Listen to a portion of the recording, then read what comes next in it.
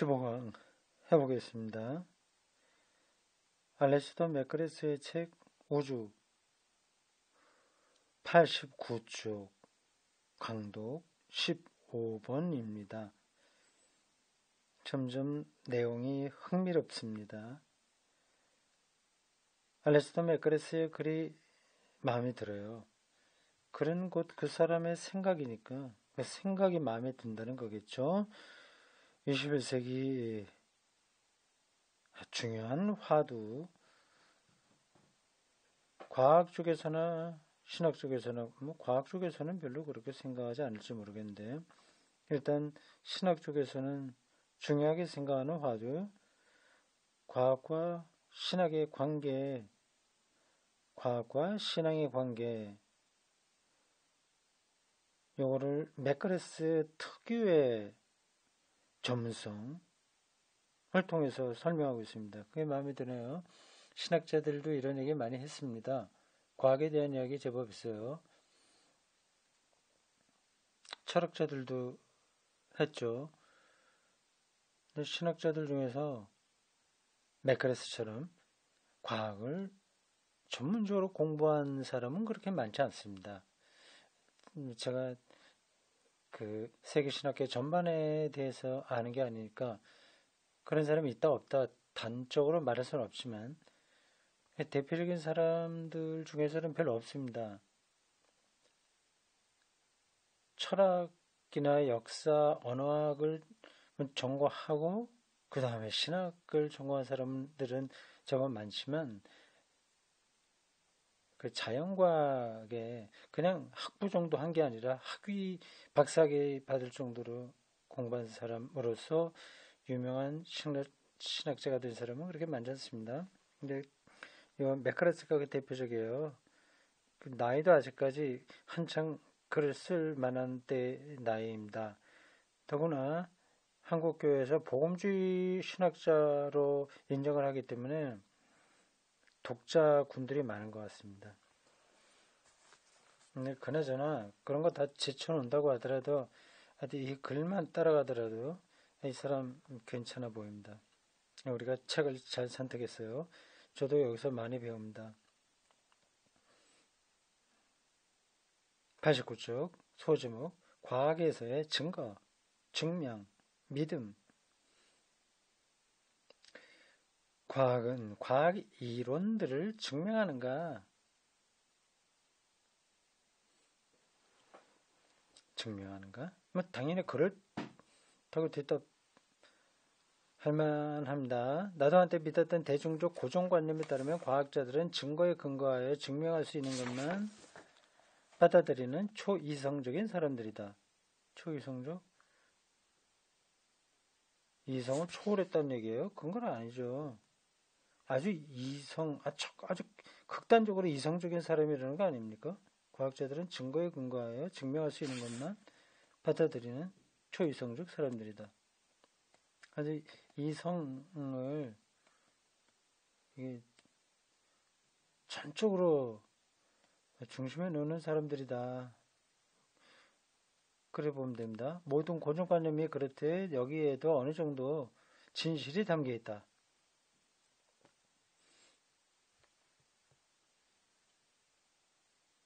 과학은 관찰 내용에 대한 최고의 설명을 찾는 탐색이다. 이건 일반적인 설명입니다. 하지만 하나의 주어진 이론이 최고의 것인지 증명하기 힘든 경우가 많은데 어떤 기준을 사용하여 이론을 판단해야 할지 완전한 합의가 이루어지지 않았기 때문이기도 하다. 그게 어떤 건지는 제가 구체적으로 모르겠습니다. 단순성, 우아함, 포괄성, 성과성 각각 퀘스천 마크를 달았어요. 그러나 기본적인 요점은 분명하다. 과학은 공적으로 확보된 증거에 대한 최고의 해석을 가지고 공적 토론을 벌여요. 거기서 보증된 신념들을 다룬다는 것이다. 여기까지도 일반적인 설명인 것 같습니다. 맥카레스가 뭘 얘기하려고 하는지 더 따라가 봐야 되겠습니다. 여기까지 일반적인 거고, 그 다음 이 지점에서 철학자는 우리가 과학과 증거에 대해 느슨하게 말하는 방식의 이의를 제기하고 엄밀한 의미에서 보면 증명이라는 말은 논리와 수학에만 적용된다고 지적할 수 있겠다. 논리와 수학에만 철학자들이 그렇게 자연과학의 한계를 정한다는 것 같은데요. 그 논리와 수학 말고 다른 진리 추구 방법이 있다는 뜻이겠죠. 우리는 2 더하기 2는 4임을 증명할 수 있고 전체는 부분보다 크다는 것을 증명할 수 있다는 것이다. 그러니까 수학하고 논리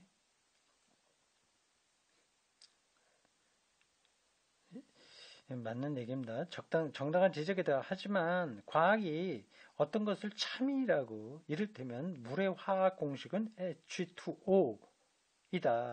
지구에서 달까지 평균 거리는 38만 4,500km이다를 믿을 만한 탁월한 근거를 제공한다는 것은 여전히 합당하다.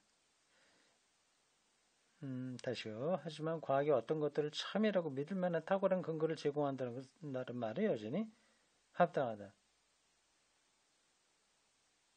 여기 일단 뭐 이해가 되긴 하는데 여기 접속 부사 이것 때문에 문장들이 명쾌하지가 않네요. 뭐 하지만 뭐 이런 게 이게 하지만 하면은 반대가 나오잖아요. 아니면 제한적인 거라든지. 근데 그게 아니라 또 적극적으로 옹호하는 문장이 나왔어요. 이제 부사 빼고 접속 부사 빼고 읽어야 되겠습니다. 앞에서 소개한 바 있는 증거와 믿음에 대한 도킨스의 견해를 다시 생각해 보자. 인용한 겁니다. 겹 다운표. 어떤 것을 뒷받침하는 충실한 증거가 있다면 믿음은 불필요할 것이다. 그 증거 때문에 어쨌거나 믿을 수밖에 없을 테니까 앞에서 인용한 겁니다. 그럴듯한 얘기죠. 그 기독교 믿음은 아예 타당성이 없다는 겁니다. 충실한 증거가 있어야 되는데 증거 없이 하는 거는 믿음이 아니고 증거가 있다고 한다면 뭐 믿을 필요가 뭐 있냐. 그건 믿으라 마라 할 거 없이 그냥 믿을 수밖에 없으니까 뭐 그렇게 말했어요. 그러나 나는 증거에 따라 물의 화학 공식이 H2O이고 달까지의 평균 거리는 38만 4,500km 정도 된다고 말하는데 주저하지 않는다.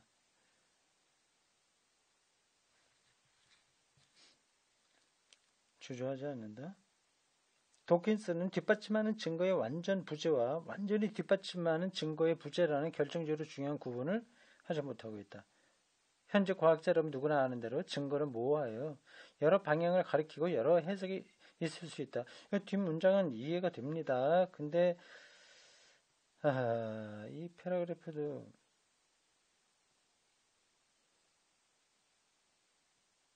확 와닿지는 않습니다. 다시 보겠어요. 앞에서 소개한 바 있는 그 토킨스의 견해요. 어떤 것을 뒷받침하는 충실한 증거가 있다면 믿음은 불필요할 것이다. 그 증거 때문에 어쨌거나 믿을 수밖에 없을 테니까. 맞는 말이에요. 그러나 나는 증거에 따라 물의 화학 공식이 H2O이고 달까지의 평균 거리는 내가 말하는데 주저하지 않는다. 이게 무슨 말이에요, 이게? 주저하지 않는다고 하는 걸 이거를 믿는다고 하면은 도킨스의 말과 다르기 때문에 반론으로서 가능한데 이제 그러나라고 하는 접속 부사가 붙었으면서도 별다른 의미가 있는 문장은 아니잖아요, 이게. 이 도킨스가 한 말하고 이게 무슨 연관이 됩니까? H2O이고 38만 킬로미터 뭐 등등 된다고 말하는데 주저하지 않을 것이다. 도킨스가 주저한다고 말한 건가요? 그건 아니잖아.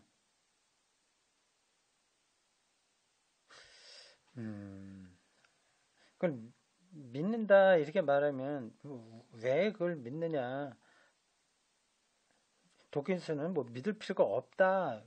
그렇지만 난 믿는다 이렇게 하니까 그러나라고 하는 접속 부사로서 자기의 말이 되는데 이거는 전반적으로 조금 문장 앞뒤 맥락 이게 명쾌하지가 않네요. 도킨스는 뒷받침하는 증거의 완전한 부재와 완전히 뒷받침하는 증거의 부재. 와, 이거를 이렇게까지 어떻게 보면 비비 꼬는 듯한 요 부분에서는 그런 건데 뒷받침하는 증거의 완전한 부재와 완전히 뒷받침하는 증거의 부재를 구분하지 못한다. 뭐 무슨 말인지 알겠습니다. 뒷받침하는 완전한 증거의 완전한 부재 하나도 없는 거하고 완전히 뒷받침하는 증거가 부재. 그러니까 H2O가 완전히 뒷받침하는 증거는 없다는 거 아니에요. 근데 물이 완전히 H2O로만 말할 수는 없다는 거겠죠. 거기 뭐 다른 것도 좀 섞이고 아니면 꼭 그게 H 두 개하고 O 하나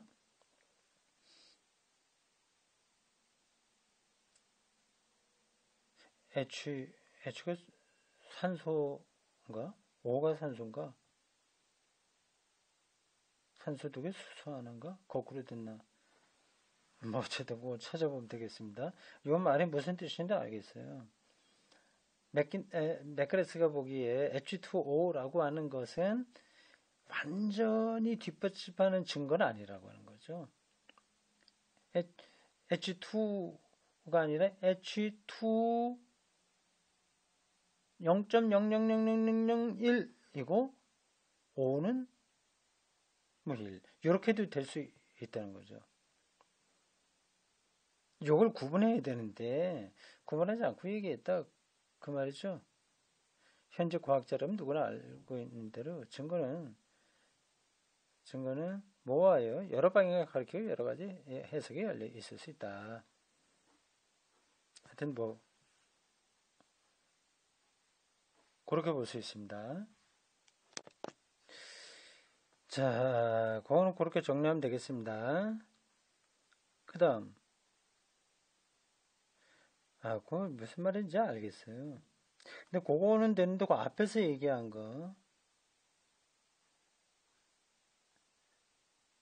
근데 그러나 나는 증거에 따른 물의 화학 공식이 H2O이고 달까지 평균 거리는 30분만 된다고 말하는데 주저할 수 있다 하면은 말이 되는데 그럼 그러나라고 하는 접속 부사가 해당되는데 그러나 해놓고서 비슷한 얘기가 나와 있어서요. 그럼 그러나 하면 정도 하는데 주저하지 않을 수 없다. 주저한다. 주저하지 않는다. 주저하지 않을 수 없다. 그렇게 말해야 되는 거 아니겠어요? 이거 어딘가 좀 번역의 잘못인가? 아니면 맥그레스가 다른 얘기를 하는 거야? 내가 이해를 못하는 건가요? 영어나 독일어나 접속 부사가 굉장히 중요합니다. 이게 우리말로 탁탁 번역이 잘 안 돼요. 네, 뭐 여기 그런 거 너무 매달리지 말고 지나갑시다. 이렇게 중요한 건 아니에요. 여기서 맥가레스가 얘기하려고 하는 것은 그 수학 공식, 과학 공식 이게 실제를 100% 정확하게 얘기하는 건 아니다. 증거가 완전히 부재한 거는 누구나 믿지 않죠. 그러나 완전한 증거, 완전히 뒷받침하는 증거가 부재한 거, 그거를 놓치면 안 된다고 합니다. H2O가 완전한 증거는 아닌 거죠.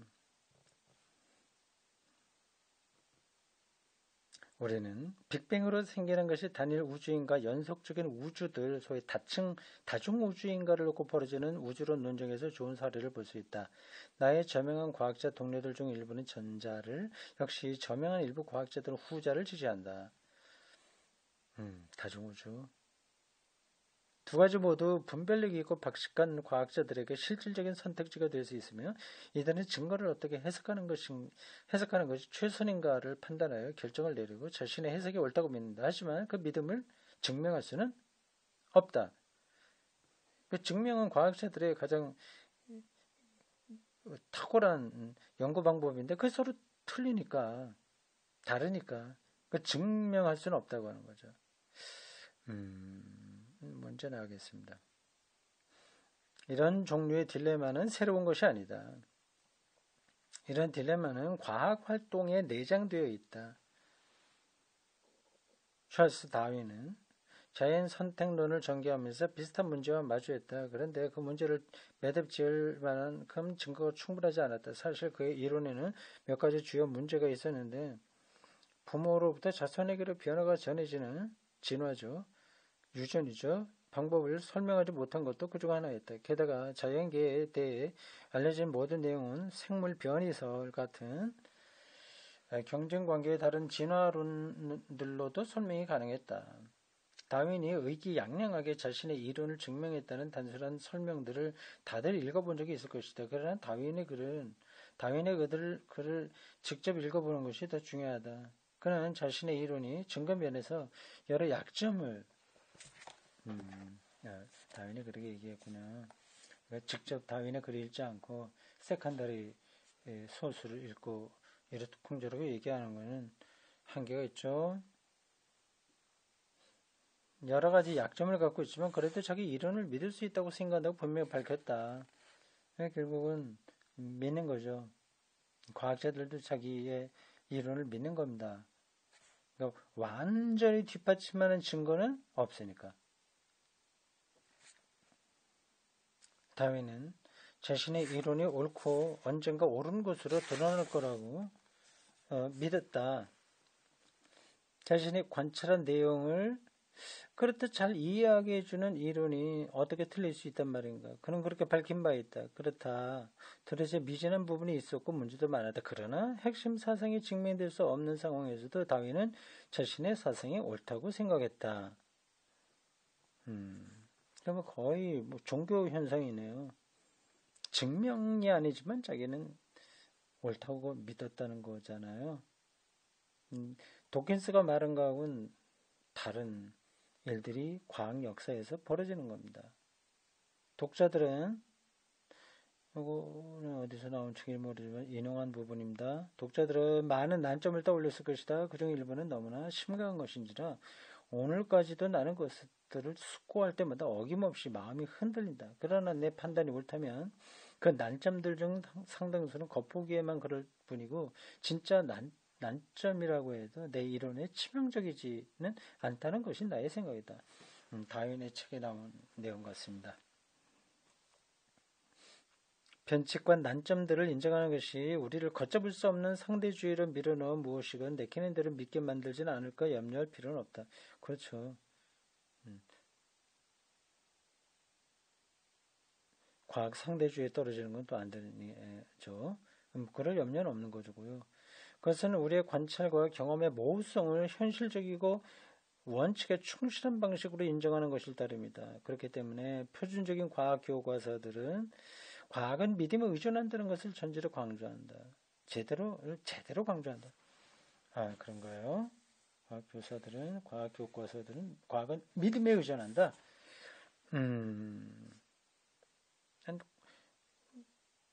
그 세계 원리가 이렇다고 자기 믿는다고 하는 거죠. 100% 증명은 안 되니까.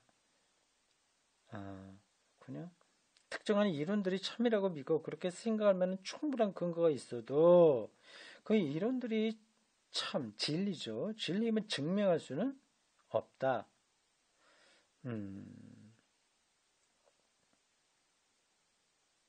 이건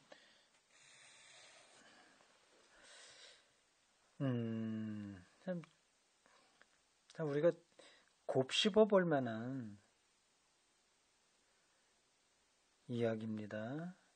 믿음이 과학적 방법론에 필수적이라고 하는 사실을 인식하지 못하는 것은 결국 증거가 모호하다는 점과 인간 경험과 해석은 순환성을 피할 수 없다는 사실을 받아들이기를 완강하게 부인하는 데서 나오는 결과다. 그러니까 문장도 이야기는 조금이 아니라 많이 까다롭습니다. 그 문장 다시 한번 읽어보겠어요. 믿음이 과학적 방법론은 필수적이라고 하는 사실을 인식하지 못하는 것은 과학자들은 많은 경우에 이렇게 생각하지 않겠죠. 믿음은 무슨 믿음, 증거가 있는데 증거대로 내가 얘기하는 것뿐이야. 그 믿음하고는 상관없어. 그렇게 얘기하잖아요. 근데 정말 권위 있는 과학자와 과학자가 쓴 책에서는 믿음을 얘기한다는 겁니다. 근데 그거를 그 필수적이라고 하는 사실을 인식하지 못하는 것은 거기가 주부예요. 결국 증거가 모호하다는 점과 증거. 그러니까 과학은 다 증거를 수집해서 어떤 결과를 얘기해야 되는데 그 증거가 모호하는 거. H2O 이게 증거가 모호하다고 하는 겁니다. 하다는 건 점과 인간 경험과 해석은 순환성을 이쪽으로 오고 저쪽으로 순환한단 말이에요. 경험. 뭘 경험하고 그 경험에 의해서 해석하고 해석한 것에 근거해서 또 경험하고 하는 거예요. 믿음에서도 그렇습니다. 믿음 생활에도 그렇습니다. 기도했더니 뭐 어떤 게 뭐 이루어지더라고 하는 경험이 있지 않습니까? 그럼 이제 그런 관점으로 세계를 해석하는 거죠. 또 그렇게 해석하다 보면 또 그러한 기도하니까 뭐가 이루어지더라 하는 경험이 또 보이는 겁니다. 근데 순환성을 피할 수 없다는 사실을. 그러니까 아주 엄밀한 그 객관적 사실을 우리가 파악하는 것은 그건 말이 안 된다. 그죠? 이런 사실들을 받아들이기를 완강하게 부인하는 데서 오는 결과이다. 과학을 전공한 사람이 신학자가 돼갖고 하는 말이니까 설득력이 있네요. 또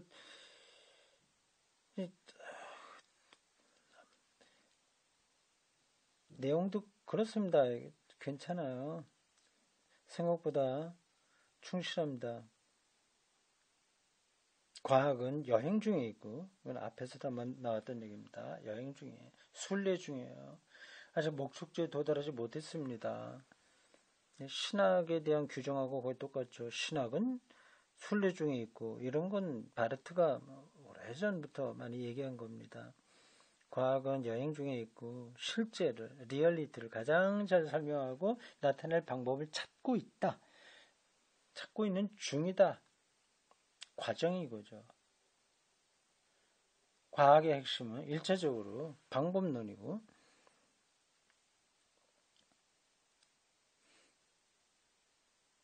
그 방법론을 적용하여 얻는 결과는 부차적이다. 이런 건 참 전곡을 찌른 얘기예요. 과학의 핵심은 일차적으로 방법론이고 신학도 그렇거든요. 사유적 방법론이라는 말이 신학에서 조금 불편하게 들릴지 모르지만 해석이니까 성경을 해석해야 되니까 그렇게 점점 접근해 간다는 점에서 방법론이라고 일단 말을 할 수 있습니다. 그 방법론을 적용하여 얻는 결과는 부차적이다. 그러니까 우리가 성서 해석으로 얻는 어떤 거 있지 않습니까? 하나님이 사랑이다. 하나님은 전능하시다. 그런 것들이요. 그게 하나님 전체를 얘기하는 게 아니니까 부차적이라고 얘기할 수 있습니다. 신학은요. 한 세대가 확실하고 믿을만하다고 여기는 것을 다음 세대는 포기할 수도 있다. 앞에서 비슷한 얘기 나온 건데 다시 하네요. 과학 이론들은 잠정적이다. 그렇다고 해서 그 이론들이 자의적이라고 하는 뜻은 아니다. 제한적이고 잠정적이고 순례길이 있지만 자의적. 멋대로 생각해도 된다거나 아니다. 과학 이론들이 무엇에 관해서건 결국 최종 발언이 될 수 없다는 뜻일 뿐이다. 리처드 도킨스는 다윈주의가 다원이 아니라 다윈이죠. 다윈주의가 다른 여러 과학 이론처럼 잠정적이라고 말한다. 오른지적이다. 도킨스를 인정할 때가 있네요. 도킨스가 또 그렇게 얘기했군요. 잠정적이라고. 인용한 부분입니다. 우리는 새로운 사실들이 밝혀져서 21세기의 우리 후계자들이 다윈주의를 버리거나 알아볼 수 없을 만큼 수정할 가능성이 있음을 인정해야 한다. 요건 이제 맥크레스가 인정한 도킨스의 설명입니다. 이런 데서는 도킨스가 이렇게 말하면서 또 어떤 데서는 독단적으로 얘기를 하죠. 이제 나는 버트란트 러셀이 옳았음을 안다. 우리는 확실성이 없어도 주저하느라 꼼짝달싹 못하는 일 없이 사는 법을 배울 필요가 있다. 그렇기 때문에 마이클 폴라니의 책 개인적 지식의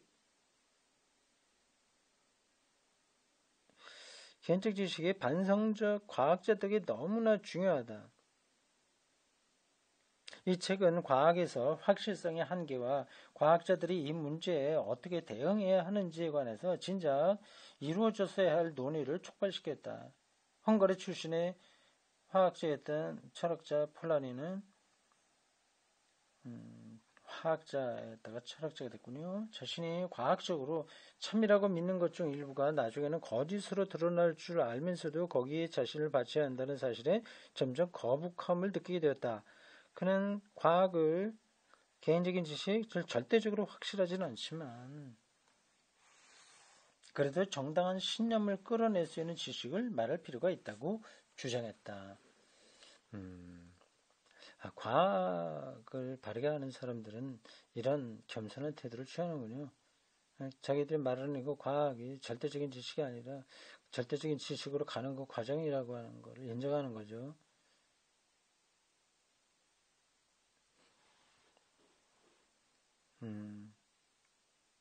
그래서 개인적인 지식이라고 했군요. 모두에게 해당되는 지식이 아니라 개인적인 지식.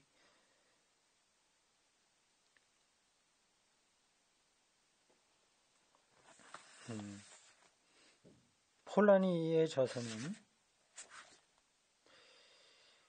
과학의 본질을 비롯해 인간의 취약한 상태도 여러 가지 면에서 해명해준다. 과학적 지식은 기계적인 과정에 의해 오류의 여지 없이 만들어지는 것이 아니라 어떤 신념들은 신뢰할 수 있고 믿을 수 있다는 우리의 개인적이고 또 오류가 있을 수 있는 판단을 거친다.